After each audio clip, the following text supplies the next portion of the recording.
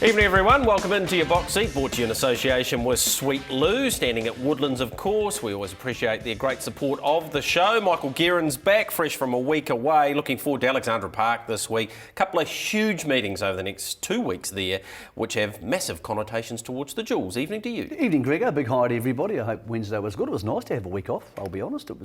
Got me thinking, Greg, when I was sitting by the pool about the grind of harness racing and how it affects people, and I came up with a radical idea which some people won't like, but I think could have some relevance in the modern day and age. What did surprise me was I was watching on my phone the meeting out of Addington on Saturday. I think there was one of those hidden jewels meetings where it really snuck up on you how good the racing was and how many good horses were there, and a couple of questions came out of that. One of those around Smooth Deal, hopefully we can find the answer for on the show today. We have got plenty ahead for you. Here's some of the stuff that you can look forward to. Yes, young Ben Hope grabbed his first group win there at Addington on Saturday. We had an Easter Bunny, which is a different race to the Easter Cup, which is normally run on this day, but we all know why that was where it was. We've got a whole lot of heats for the Neville and the Sires Stakes. We've got Group 1s, we've got some Cups, we've got the Victoria Oaks, where the Kiwi flag is well and truly flying, and we have a good barrier draw for the final this week. But let's go back to Addington on Saturday. It was the Majestic Sun group race, of course, which was the 2-year-old trotting stakes. Gee, we've got some depth in this category this season, but one horse just keeps on winning. Zoo's getting up to always be Mickey Lane. Leader is One Magic Kenny. Muscle Mountain Ultimate. Oh, he's just too good, Muscle Mountain. He's going to cruise on by. Muscle Mountain wins from a photo between One Magic Kenny. Ben, as a young driver, you're looking for a horse like this, and you've got one. Yeah, no, definitely. Yeah, no. We've sort of always known from early on that he sort of had something, quite a bit different from the others there, and he's brought us to the racetrack. So yeah, I'm just privileged to be the one sitting behind him. He's got nice early speed, he's got a very good gait, and you can position him where you like in the run. That's a huge advantage. That's right, he's very tractable. There's obviously a couple of false starts there, and he was absolutely perfect. It didn't worry him at all. He was just walking around like he was the first time around. So he's got the all-round game, and he's just a super young 2-year-old trotter. Yeah. And a group win for you, your first in what has already been a really good season. It's a big buzz, isn't it? It is huge buzz, yeah. Growing up my whole life, it's all been about harness racing, winning races, and especially winning group races, so it's my dream, it's just, it's awesome. Greg, the great statistician that your son is, tells me that was the only one missing off the mantelpiece, the Group 3 2-year-old trotting stakes. Yeah, no, that's right. Yeah, I didn't know that until Ben alluded us to us. Yeah, I suppose with Enine and Mombay, they won all the others. So, it was great to get that one on. What is it about this horse? He's just got everything going for him. He's got early speed, he's tractable. There's not much to not like about him. No, it's good. It sort of takes still a bit of managing. He's a big horse, and he's not easy. I mean, it probably looks easy because he goes there and wins, but it's sort of after his last run, we sort of had to pick up the pieces a little bit. It sort of knocked him around a little bit, even though he's winning really easily. He feels as though we need to space his races still, and that's just because he's such a big horse and he puts everything into it, I think.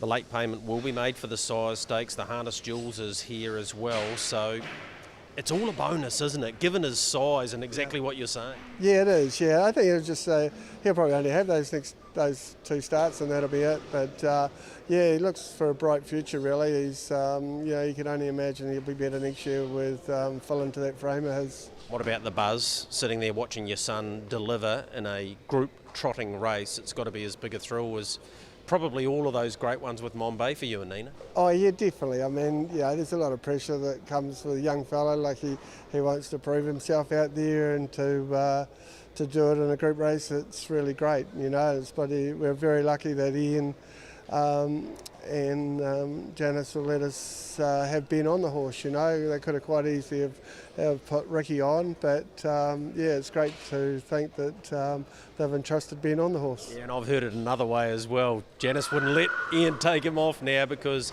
he really is handling himself well, and the horse today is dead set bolted it. Oh yeah, definitely. Yeah, and getting back to Janice, when I was working for Robert, she actually gave me drives on a couple of horses that she had with Robert done at the time when I was probably the same age as Ben. So we're definitely rapt that they're allowing him to drive it. Congratulations to you all. Great, thank you very much.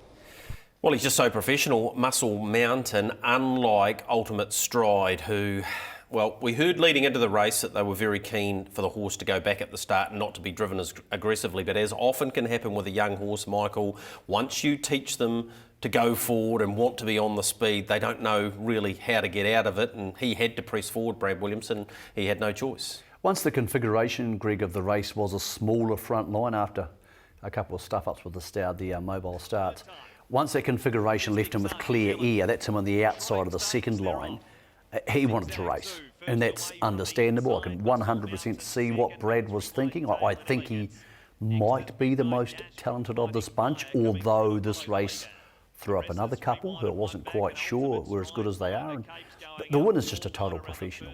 So he's the horse who's a real natural 2-year-old. I think lots of the others have plenty of ability, including the Purdon Rasmussen horse here, who stomps into second and does a really good job. John Dunn's horse was outstanding. One Magic. Really good. And look, I thought the Williamson horse was also good, but still has a bit to learn. And he's a love you. He's a big, raw 2-year-old. As for Ben, well done to Ben. It's not an easy thing when you're in that situation, because if he wins, he's on the best horse, and people go, oh, well, yeah, that was easy enough. If he loses, he's the junior driver who stuffed up the favourite. And that's where the pressure that Greg mentioned comes from, Greg, is that if you lose these races, you're the kid who can't drive. Whereas if you win them, there's almost not a lot of credit given for it. That was a beautiful drive. If Hurley produced that, you go kind hands, handed up at the right time. Exactly Yeah, right. So well done to you, Ben. He's a big part of the stable. I think this is a good crop. And I think heading forward to the Jewels, while this horse deserves to be favourite, I don't think he's good enough. There's enough. Well, he's not good enough to work around the field and win. I wouldn't think so. So, yeah. But he's never had to yet. Exactly. So that's interesting from that point of view. It's an open bunch of horses. I think that what you were saying is that almost every major male 2-year-old group race in the country they've won there. Yes. Yep. With Ingham, Monbay, and this horse predominantly. So that's no small achievement. No, not at all. I think Ben's future probably lies as a trainer. I think he's got a trainer's brain, but I think it's also good for a trainer to learn how to drive so they know what happens out in the track. There's a little bit of that Clint Ford you're saying about everyone's waiting for them to make a mistake. They are. And exactly. If he stuffs that up and hands up to the wrong horse and he gets beaten, and people say, oh, he's only a kid, he doesn't know. But he's a very intelligent young fella. Yeah. So I'm happy for him, but I do think long term, is he going to be a freelance driver? Maybe not. That's his choice, I suppose. But he's got a trainer's brain. When you ring the family, he's thinking as much about the horses as mum and dad is. that race, we've seen Paramount GG, although it was the 3-year-old section of the Jewels, Fly and Isa, won over to Moon.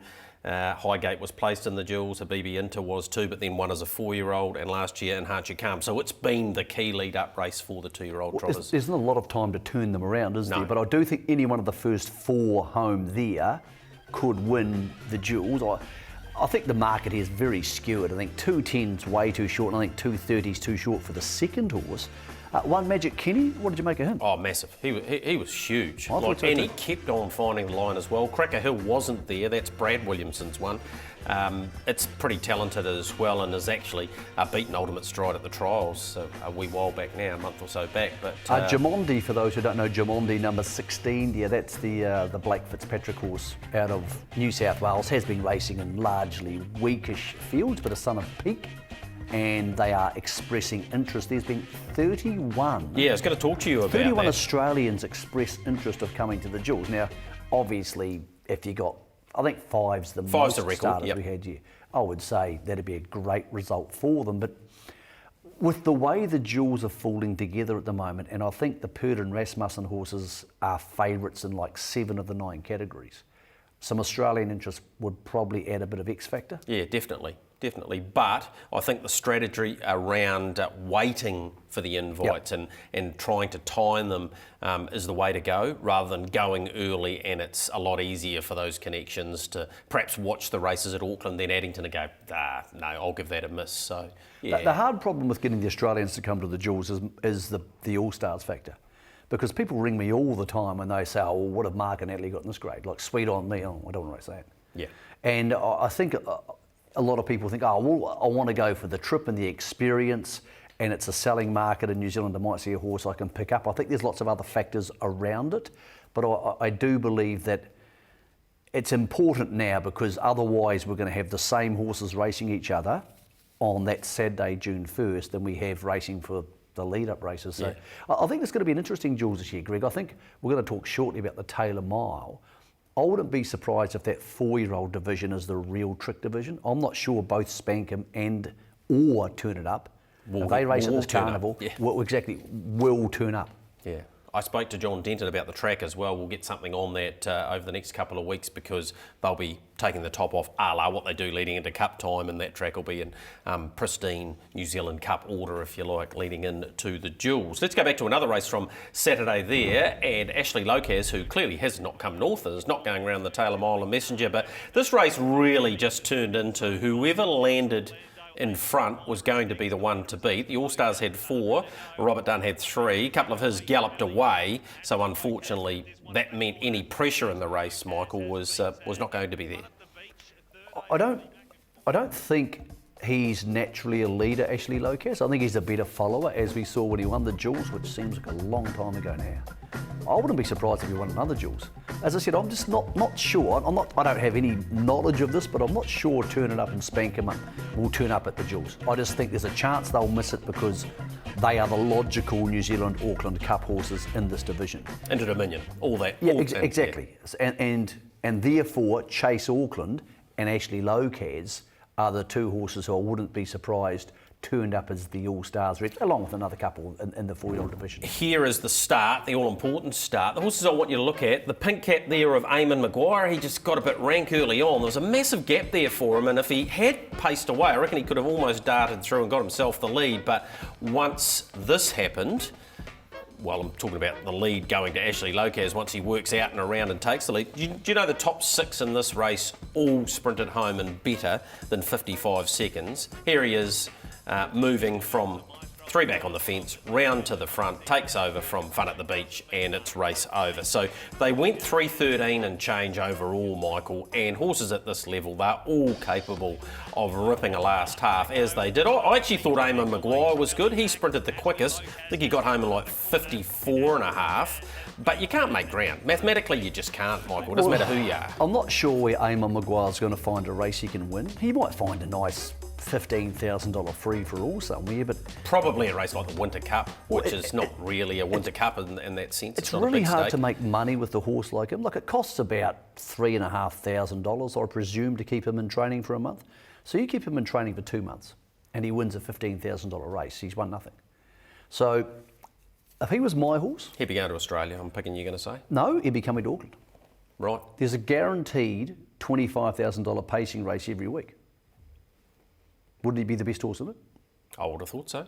And he's already got a record there, of course. We know he won the Messenger so there. You ship him to Auckland and race him over the winter, and just let him go round and round and round and round, because he's going to get 1 or 2 races in the South Island over the next 4 months. A horse like him, it's really tricky, and I've seen some good exploitation of this in the winter in Auckland in the past. It's tricky to find them races, and when they come back in summer, are they going to be good enough to beat Spankham, Turn It Up and the Fixer and everybody else? Well, he was, back in October, good enough to win a Flying Stakes. Exactly, he was. But is he going to be again? It's going to be a stronger open class crop this year. If he's my horse, I would race him through the winter. You got the option to go to the Len Smith Mile, you got the option to go to the Blacks Are Fake. But I do think that very quickly, once you're no longer in the top 4 or 5 in the open class ranks, you've got to start saying to yourself, where is the best placement of this horse? And there's no reason if you race through the winter, you can't race again in summer. There's no reason you can't do both. No. Okay, let's go to the Neville heats that we've had over the last week. Have Time. It's got an incredible record, Have Time. It's only won 3 races, Michael, but of course 2 of those, the sales series at 2 and 3. Again, got the lead here, was a little bit too strong and secured her spot back at Addington. Scott Phelan's rated her beautifully in front, and Have Time for Heat 6 of the Neville Fillies series over Best Western. So home in 57.27, that's always good enough to win a heat at Cambridge. This girl returned, Princess Tiffany Michael, and Well, the earplugs are still in and she's just absolutely jogged this. That's Kendra in second, and Wainui Creek, where is she at? Well, I don't think it's going to matter too much where any of them are at against Princess Tiffany. I think she's the best filly in the country. I think Bella Montana is the second best filly in the country, and that's with no disrespect to Best Western, who won the Oaks. I think Wainui Creek and Kendra and all these horses are good fillies. But she's Playing a different game. Well, she probably has the potential to be a champion filly. So I think she'll just win the Jewels and the Neville final and maybe the Oaks. Bella Montana was really good at Melton last week. We'll see that shortly, and she'll turn up for those races at Addington, and she could probably beat her, but gee, it's hard to make a case that unless Princess Tiffany draws badly, she's going to get beaten. I think she might run the table for the rest of the season. I actually think the $1.48 in the Jewels in a multi, pretty takeable. Well, she might start at $1.10. Yeah, especially if she draws 1 to 4. Yep. And she's got a fair chance to do she it. looks like she's in the zone, and she's going to be on a home track, which is a big help. Let's go to the Garrard Sires Stakes heats for the 2-year-olds, and Bad to the Bone, really well named this one, out of Bodine Bad Babe. She won herself 400,000. This guy has inherited the ability, I think. Yeah, and look, Barry Purton's got a really nice team around him. We're going to see Bella Montana win later. And Look at the stretch on this horse. Really good. Barry's obviously got good open class horses and on the cards, and Jack's Legend. So his team's not as big as it used to be, Barry's, but he's got a very good strike rate, elite-based team at the moment. So I like this horse. I thought he was really good. And this was the banana skin race of the week. Yeah, race number 1 at Addington. This horse here, Above and Beyond, again, beautifully bred Art Major out of Quebec. It had no luck at its first 2 starts, had the bad luck that Smooth Deal had by galloping, because once he found the front, the $10 odd around him was really good, but I thought that he is a decent place chance going forward in the Jewels, again, if he can draw well. You mentioned him a couple of weeks ago on the show. You touched on the fact he was unlucky finishing sort of 5th in one of those races where they all sprinted home in the same time. Leading's crucial in these races, but look, he's clearly got the ability, and Robert and John do have a habit of going back to families they've had success with and Quebec was one of those, yeah. Exactly, buying back into those families, and therefore you tend to know how to train them because a lot of the physical traits are similar in the horses. It's a deep family that goes all the way back to Sack and Tala. Tala Spring, who of course Brent Mangos's father trained, and it went to Australia. One of the last horses Doug had. Well, yeah, that's right, and won about 20 odd races. So it's a deep old family, and I can see him going on with it. But Michael, you mentioned the problem with race number 1, particularly for the punters, was Smooth Deal, and the start of that race where he rolled into a gallop, a la what he did on the 31st of December. So here is Alexandra Park. That's him drawn in barrier number 3. You'll note there, no overcheck on Michael, and he just gets a little bit rank. He was a similar quote for this race, wasn't he? He rolled into a gallop and didn't come back down, and that's exactly the scenario we copped at Addington again on Saturday. Now, I did talk to Natalie Rasmussen about this. She said, I've been taking the overcheck, putting it on and off, on and off. You see the cord flapping around there is the earplug cord, but no overcheck on, and he touches a knee and rolls into a gallop again. Not great fun for the punters, so we see him going, he's in the yellow colours of course, and he sort of, again, same as the last time, he puts his head up in the air, so if he's touching a knee, he's obviously got a bit of a fright and he doesn't know what to do next, and that's brutal for the punters. $1.12, and they take him back to the workouts yesterday at Rangiora, so this is him sitting last in the workout. They're just basically saying to him, let's go there and you can jog around and try and get your confidence back, son. But you mentioned the overcheck, and the overcheck goes back on here. Yeah, exactly. So, again, spoke to them after this trial, and they said they were very, very pleased with the way he went.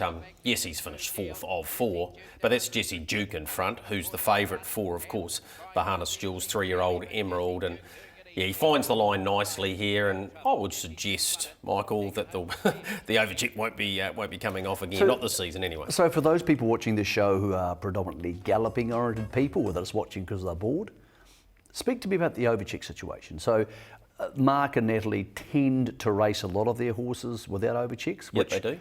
which traditionally hasn't been the way things are done in New Zealand. So is that so the horses relax a bit more? Yeah, definitely. And Massini's the greatest example. The fix are the same. It's a real Natalie thing. She bought to the barn when she came here. Black's a Fake was 2011, 2012. And the horses do tend to relax, but by putting their head up, you're keeping them more square and straight, and therefore touching a knee is not as likely. Well, when they gallop without the overcheck on, they can really lose it. Yeah. And that's exactly what he's been doing. I must admit, I didn't know that Smooth deal wasn't wearing an overcheck. It wouldn't have affected the way I bet on it. Well, it's not a gear change. No, so what's happened is, I think he's the best of this crop, but he's gone from being an automatic $1.12 chance or $1.30 in the best races to being $1.75 now, because you start thinking, well, there's $1.75 for the jewels. You start thinking, is he foolproof? Once you can forgive, twice it's always going to be in the back of your mind. Well, one change was good again in the workouts yesterday, so he's been the big mover, hasn't he, the Welcome Stakes winner? Well, the key factor is when you're taking your multi through these races, sometimes you look at horses and go, well, listen, let's win. And you're happy to take $1.12 or $1.30 to add interest to your bet. He is no longer that horse. He might be the best of this crop, but he's no longer the horse you think, well, he'll just turn up and win, because he stung you twice. So, to be honest, it's not a disaster for the race. I think it makes the jewels and what's coming up more interesting. Well, he's got the sales series and the size. And we need to discuss the sales series. You bring up a really good point.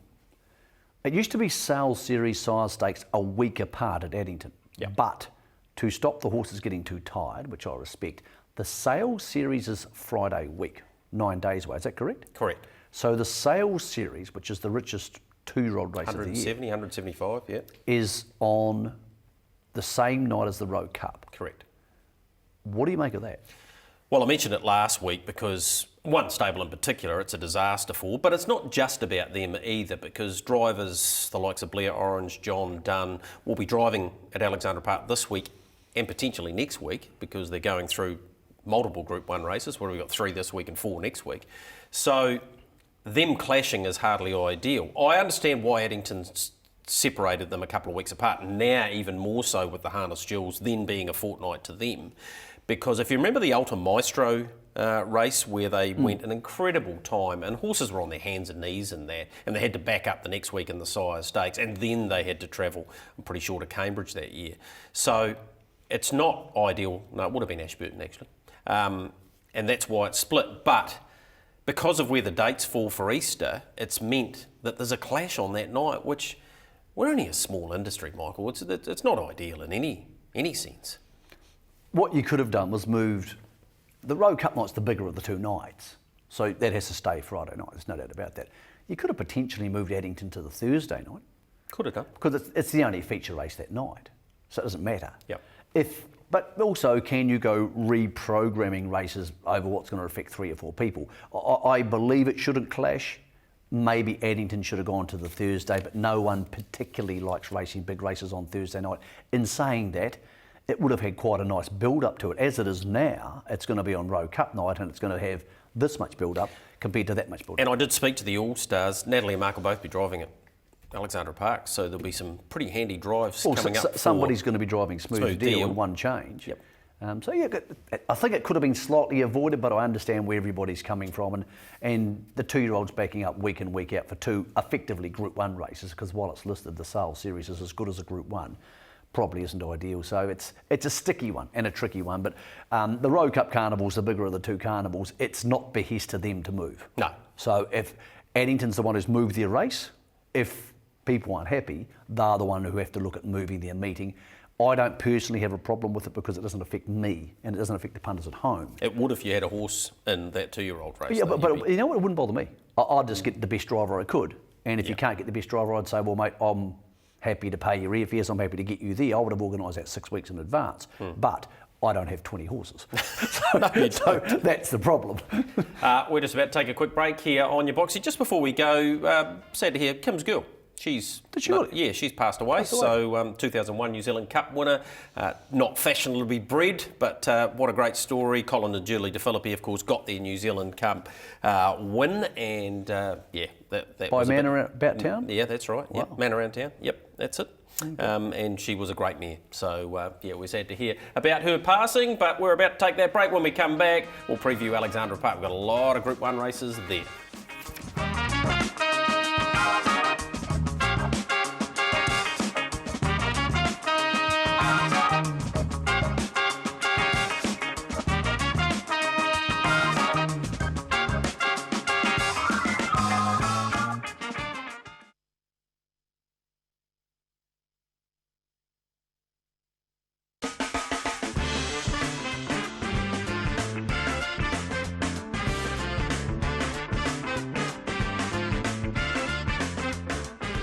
Alexandra Park on a Friday night. 9 races. Are you going to take full pay for that night? It's an interesting one. There's been a bit of debate about the 9 races at better stake levels than 10 with a slightly smaller stake level.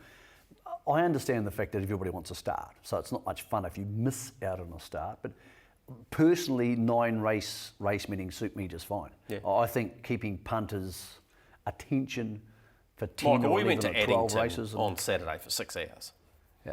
It was, admittedly, it was an 11-race program, but they were 35-minute gaps for the entire day. Well, that's no fun for anyone. I'd be happy to see Alexandra Park start at 7 and finish at 10. Yeah. I think Auckland traffic is so despicable that getting to the park at 5:30 is just a pain in the arse. Yeah. And for the horse so the people, first there's 10 it's a past 6, significantly bigger pain in the butt. So I don't mind shortened race meetings. Interesting. While you're on your soapbox, because this radical idea that you I wasn't on the soapbox. Well, I'm on my deck chair next the lounger next to the pool last week. Yes.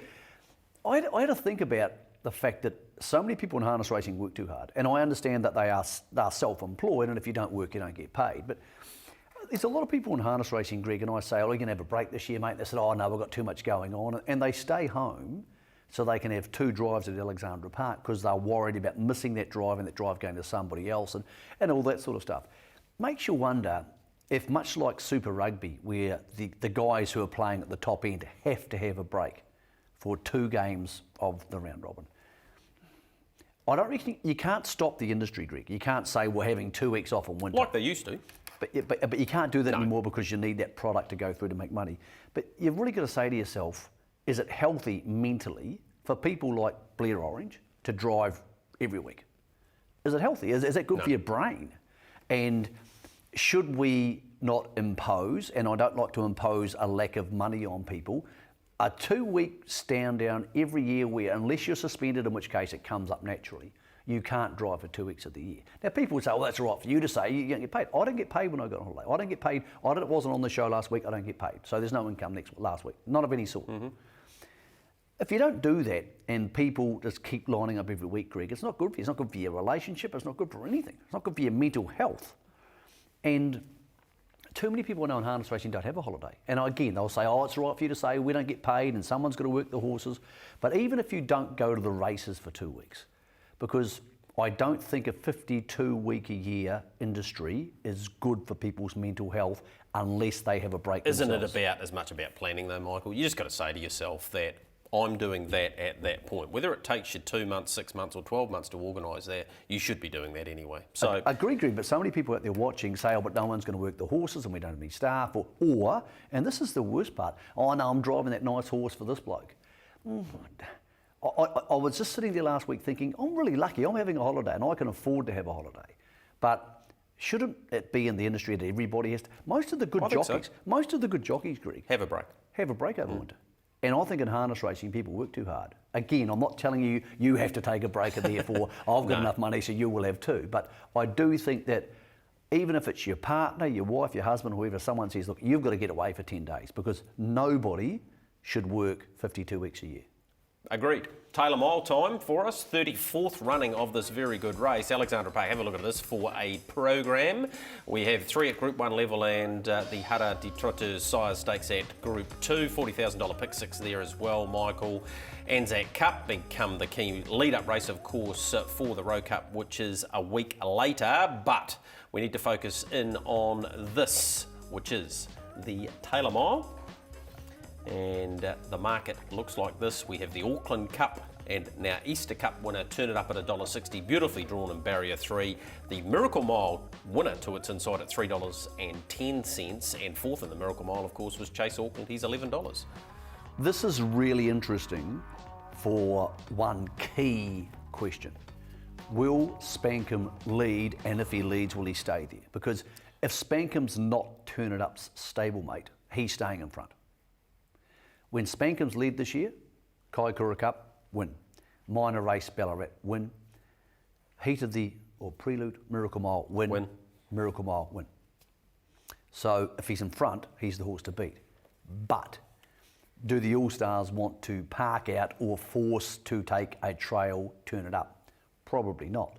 Now, we'll try and find that out on Friday night for the people at home, Greg, so they know, because if I'm hearing that Turn It Up's going to run to the front, I'm taking $1.60 all day. I'm taking anything. But Spankham in front would be a realistic chance to beat him. So here is the Easter Cup. Now, Turn It Up on this occasion led, trailed and came up the passing lane and won. Spankham probably underperformed a touch, but he had to sit parked. AG's White Sox has won subsequent at Rangiora, so therefore the winning form is very, very strong, because he has to improve on this Turn It Up. He might just be a moral for the Taylor Mile, but that comes down to that question, Greg. And I'm going to ask you, do you think that Spankham, who I think will probably lead off the gate on its Miracle Mile gate speed, would hand up to Turn It Up? Yeah, I do. I think Turn It Up will work his way to the front, as he did in the Auckland Cup, and it would be a very good battle, but I'm with you. I would be thinking Turn It Up would be too fast for him and beat Spankham. So that is the question we'll absolutely be asking the All-Stars as to how they think it'll pan out. At this stage, Tim Williams, Spankham, Mark Purden obviously Turn It Up, and Natalie Rasmussen on Chase Auckland. And as we've seen in many of these races this season, I could see them landing 1, 2, 3.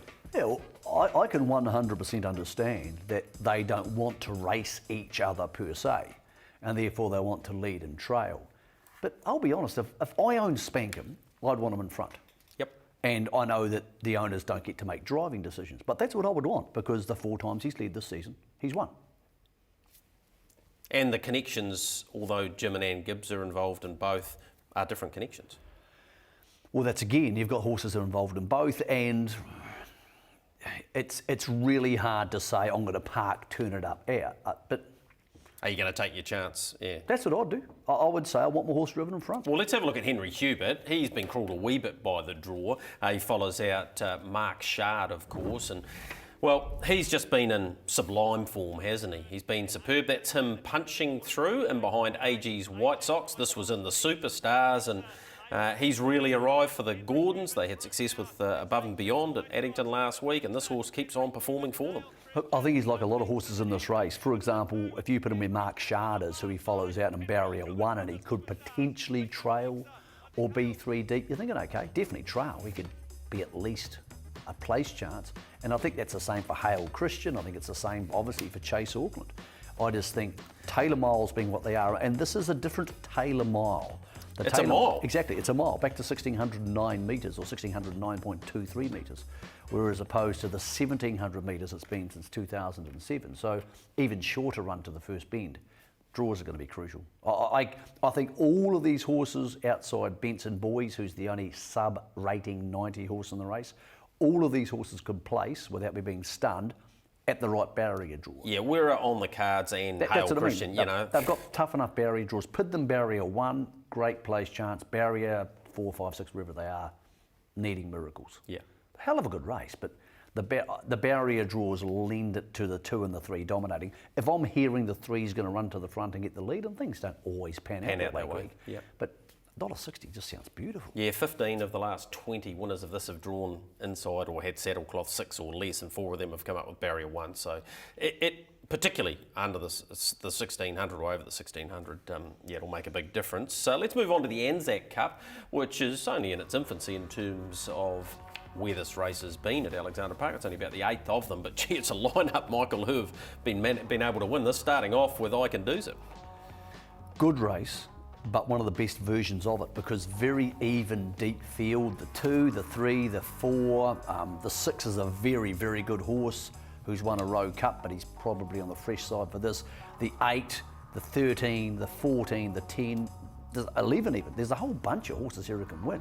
I really like the market around the 3 and the 4. This is beautiful. Massive Metro and Lamont, who fought out a race last start with 9 lengths back to the others, Greg, they have a huge draw advantage over Markula and Speeding Spur, who are going to need to work to get close to them. I can see a split bet there, having, if you want to spend your $10, $100, $5 on each of them, or $50 on both of them, and you're getting $3 each of two. Here's that race last time. Le Mans sat parked outside Massive Metro and Which bet it. surprised not Surprised only me. it surprised Todd Mitchell. He thought he had it covered. His record Le Mans over the short course is nothing short of remarkable. He's only won one race beyond 2,200. He's got some great races in them, but gee, his short course record's outstanding. He won this race 2 years ago. Yes, he did. He just loves this sort of thing. If these two He won horses... this race last year, Le Mans. Le Mans, okay. Yes. So if these two horses lead or are close to the lead between the two of them, gee, it's going to take a big effort to beat them. Now, Mark Caller's interesting. Obviously, he hit a tyre last time out at Rangiora. Yes. And he's probably still the best trotter in the country, but, you know, there's enough out of Well, placing... you know Alexandra There's enough Park. out of placing runs recently, including 3 in a row, that he's going to need to be awfully good to just come Well, you out would and say win. to me he's going to have to be 4 or 5 lengths better than Le Mans and Massive Metro because he's going to have to come that much further when moving around them. Well, the irony is he might be. He might be 4 Yep. or 5 lengths better on his Dominion form. But is he in his Dominion form? Well, we're seeing no proof of that.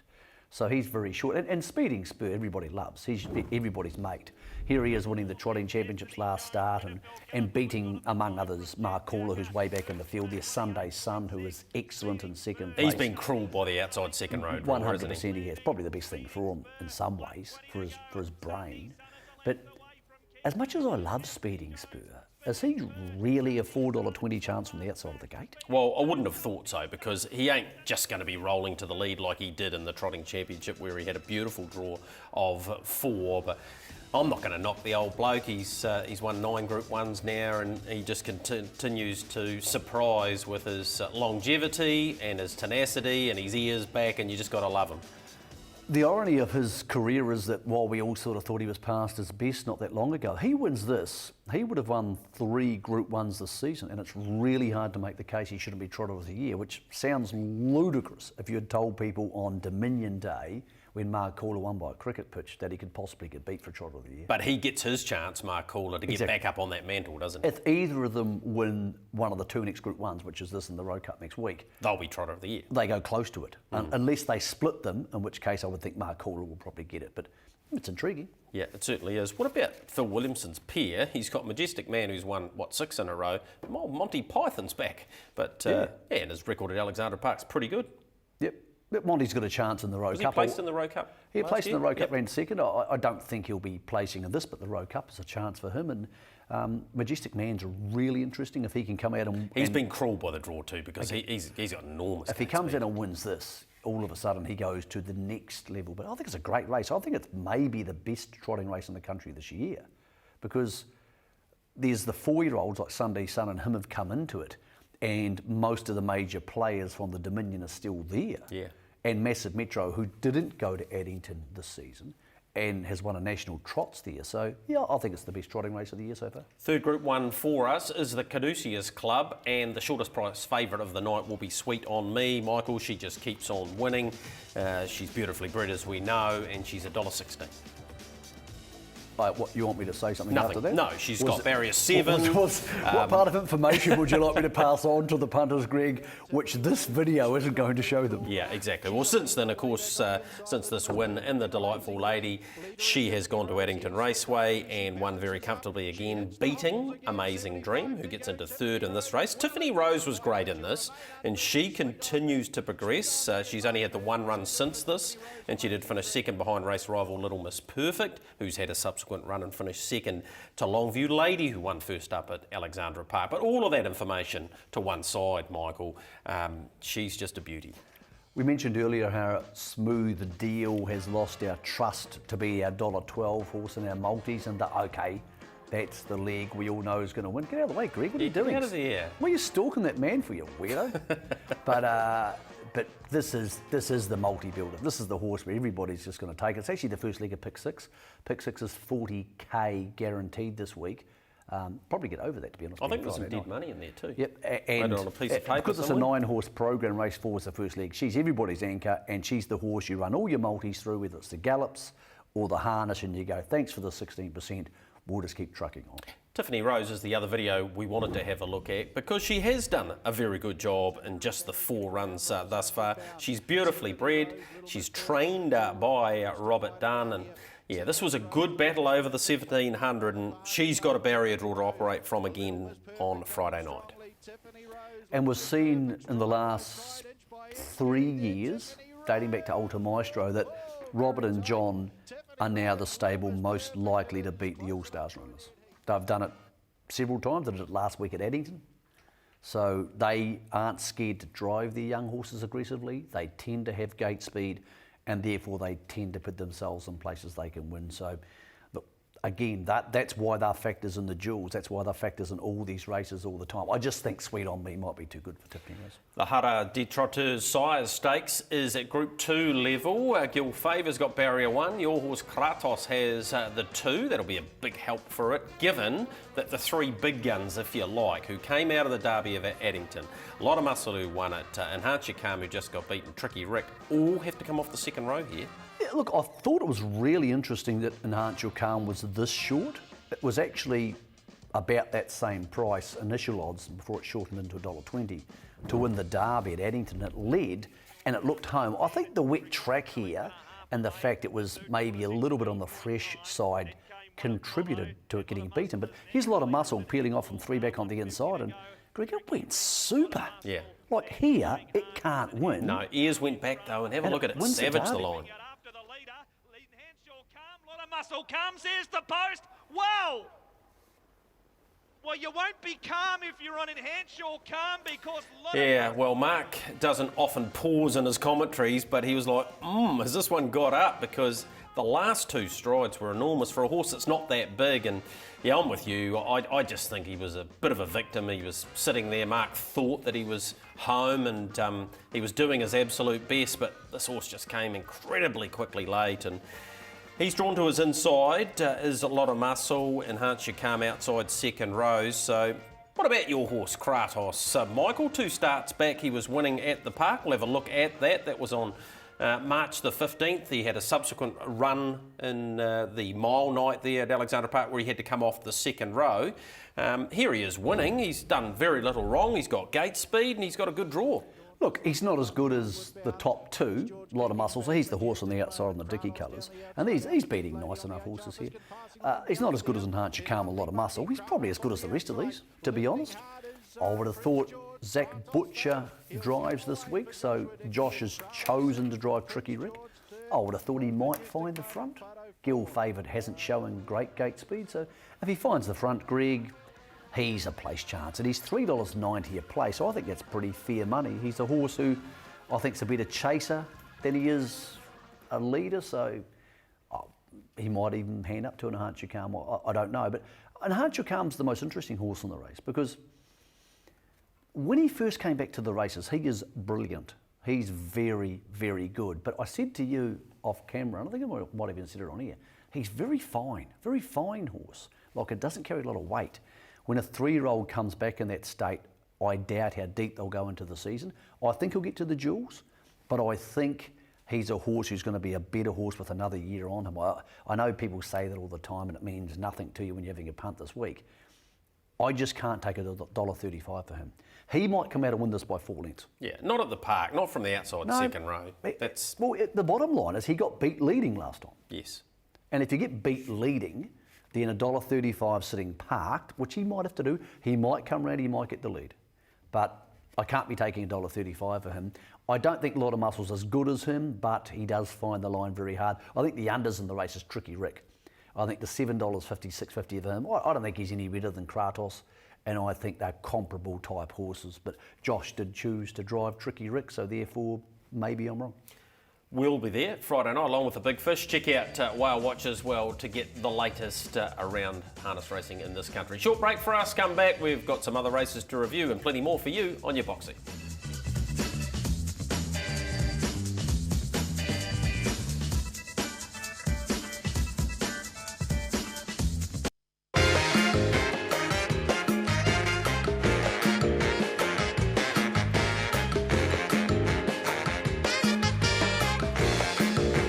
In In the home straight in your box seat, just a correction too, I've just checked the web and Natalie Rasmussen will drive Spankham, Tony Hurley on Chase Auckland. Well, Greg, obviously it's Mark not a Hurd. correction. You weren't wrong. It's because we continue to put down last start drivers in harness racing. Don't know why. There's absolutely no reason. If blank gap next to the horse, once the driver's declared, put it in. Last start drivers is nonsense. Yeah, well, It's it was just on nonsense. this occasion. Anyway, Because there's people there, that market was open before Natalie was declared, and you could be putting your money down thinking Tim Williams was driving Spankham, and he's not. no. Oh well, we've updated it No for one's them. ever convinced me why it's a good idea, Greg. Yeah, but it happens more in the south than it does in the north, I can promise you that. Country Cup, speaking of that, we've been wrapping the series up in each region. Here was the Night Hawk. Geez, done a job, this horse. He won the Palmerstonian, the Taranaki Cup, the Manawatu Cup. He's won half a dozen races since joining Scott Dixon, so well done to them. Actually came out of the Sid Breen barn. Well, his team's been flying as well. Well, Greg, it didn't win. It absolutely destroyed them. Now, the question for this horse is, what do you do now? The CD's circuit's basically done. What do you do? I mean, does he come to Alexandra Park? I'm not saying he won't be useful there, but I've got no idea what you do with him next. There's the final results for the North Island. We've done the Canterbury one with Air Park Fly, just holding off My Wee Man. So the Nighthawk beats Alta Leone and Mr. Harris, who's finished second 6 times this season, so he's had a great season. We've got one to go in South, and more about that very shortly. We need to head across the Tasman though. We mentioned last week the Renshaw Cup might have connotations for Ignatius, called the Beast he was by Fred Hastings, making his way not only for the New Zealand Cup but for the Inter-Dominion, and he was first up. He actually went very good, but Elmer's Image is a pretty smart animal. Yep, former New Zealand horse doing a good job around the small track there at Penrith. Ignatius not suited by that. Ignatius is overrated because people keep saying he's a superstar and he's not. He's a very good 4-year-old. He's not a superstar. He's yet to prove himself on open class, but overrated horses in Australia are a dime a dozen because everybody overrates the horse in their state because they don't go to the other states. Travel more, see more horses, get a better opinion. Let's head to Victoria and check out the Oaks Heats, where we've sent one of ours, or more importantly Barry Purdon has. Enormous performance here from Bella Montana. Had a whole lot of work to do, but rounded them up beautifully, and she's got barrier 1 for the final. It beats Miss Streisand, the former Tony Hurley trained horse. Came a very, very quick last section. She was third last in this race, and she'll win the final from barrier 1 if she performs to that level, because there's a couple of nice horses in there, but Zach drove it a treat. Barrier 1 gets all the options, lead and or trail this week. He can choose to do whatever he wants around Melton. I think I'll be staying in front. He's smart as Cam for Kylie Rasmussen. Was, by the way, yeah, this is a very smart horse. Bella Montana's mile rate was vastly superior to this one, for example, 157.2, but smart as she can had basically been unbeatable in Queensland. Yeah, and that's, again, that state by state thing. A lot of these horses, once you separate them into 4 or 5 different states, look like superstars, then they get together and they're not that good. This horse is a very good horse, and it's got a chance in the Oaks if Bella Montana hasn't turned up. With the barrier draw, if Bella Montana doesn't hold it at the start, it'll be on its back. Here's her old mate Kualoa sitting parked outside the leader. Not sure she's improved that much, Greg. No, she was a nice big strong 2-year-old. She doesn't seem to have got much better. She's racing very one-paced, and she's drawn the second line this week in the Oaks, and she won't be beating Bella Montana from there unless she improves on that run. No, exactly, and it was about 10,000 for the puppet, something like that. I don't know, what's he up to now? Every time we update his stats, he's about 7,000 something? About 6,800 or something. And he's got on track to make about 9,000 for his career if he keeps on trucking with that injury for the puppet. Yeah, we hope to see him at the Harness Jewels. Here is the field for the Big Oaks this week, and Bella Montana, we mentioned, gets barrier 1. Smart as can be, will be with Saddlecloth 6 with the ballot coming out, comes in 1, and Kualoa, you mentioned, off the second row. So it's not going to be easy for them to beat Bella Montana. Would you expect her to lead and probably dominate? Look, I think they'll have a go with the 5 and the 6 to cross her. Would it matter too much if they did? Because I reckon she's a very good sit-sprint horse. I think she'll win the Oaks. Then at start 9, she would have won a Group 1 in both Australia and New Zealand by Bettor's Delight over a Christian Colour mare, blah, blah, blah, worth a stack. Certainly. Speaking of a stack, a whole lot of money stateside was available again for an expat Kiwi. She won it again, the $402,000 blue chip matchmaker final. Down the outside comes the expat Kiwi Better Joy, who had her regular pilot Dexter Dunnaboard. Yep. Sharton beats Better Joy and a whole bunch of other New Zealanders. Caitlin was there, Swiss of Joy was there. Yep. It's hard to believe you think a horse like Caitlin, who was very one-paced in New Zealand, will be against Better Joy or Sharton, but she was Mare of the Year last year. And the only sadness about this is most of these mares are going to be lost to New Zealand breeding for years to come. It'll be great to see some of them come back. Some of them do, some of them don't. Most of those ones won't. Now and Sharton might be coming back, but congrats to the New Zealand-based connections we've spoken about who breed these horses. Yeah, good race in Sydney this week, the Carousel for 50,000, where Cullenburn, he's only had the one start over there. He was winning that, and he'll go close this week as well. Here's what we have ahead for you, and what a big day it is there Saturday. It is the Diamonds Day, Diamond Creek Farm 2-year-old Classic 50,000. We've got the Southland Oaks there with Macalodge and Neville. We've got the Alabar Southern Supremacy and the Country Cups final, and You May Collects there as well. So there's plenty of reasons to watch that on Saturday, and on Sunday, the Cambridge 2-year-old Trotting Stakes. We've got an early bonus quaddie there too. So, not a huge week domestically. Wairarapa Cup is on Tuesday, by the way, 2:26. The start time there. Let's have a look at Invercargill, some of their features, Michael, because it is a big day down there for them. And this is the 2-year-old race, which Mark Da Vinci's doing the outside. Virgil and Dinah Bolt, who's the first starter for the All-Stars there. Cassius Bromack looks a pretty smart sort of horse. And William Wallace bounced back from hitting the gate at its first start last time. So, yeah, there's a bit of interest there. I think Virgil will start favourite and probably be expected to win, but yeah, I thought he wasn't totally dominant over these horses. Any thoughts on the race? Yeah, well, I reckon Virgil was the one to beat, but he's got a few tricks, so yeah, I'm not totally convinced about that. A couple of their other features, of course, the Southland Oaks, deep race as it normally is. Donegal Art choking, for Brendan Hill, 2 of Greg and Nina Hope's. Mosdale Art, who was much better last time, and Kendra, who finished second behind Princess Tiffany. Surely that's the best form line for this. Yeah, I think this and the 3-year-old Southern Supremacy for the boys both now stand out for the obvious reason that you don't have those Purdon Rasmussen horses in them. So all of a sudden they've become Group 2 races where other stables will have a significantly better chance than they would have if they were up against some of the All-Stars big bangers. So. All right, the Supremacy has always been a deep race. We've seen horses go down there, the likes of Changeover win this race, and this has got a really nice feel to it.